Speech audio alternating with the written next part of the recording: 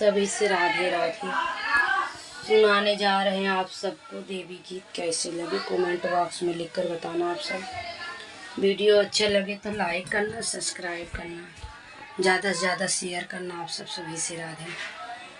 निकल दर्शन दैदा मोर महारानी, निकल दर्शन दैदा मोर महारानी, निकल दर्शन दैदा मोर महारानी।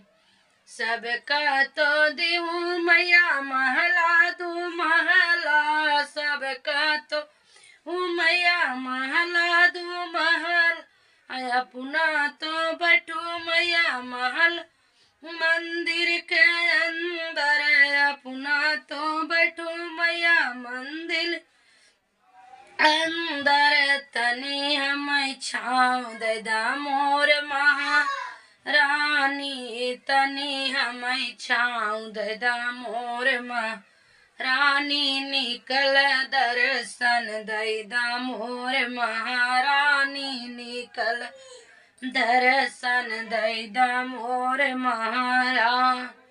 अपना तो खाऊ मैया पूड़ी और हलुआ, अपना खाऊ मैया पूड़ी और हलुआ। तनी हमका जुटन दैदा मोर महारानी, तनी हमका जुटन दैदा मोर महारानी। निकल दर्शन दैदा मोर महारानी, निकल दर्शन दैदा मोर महारानी।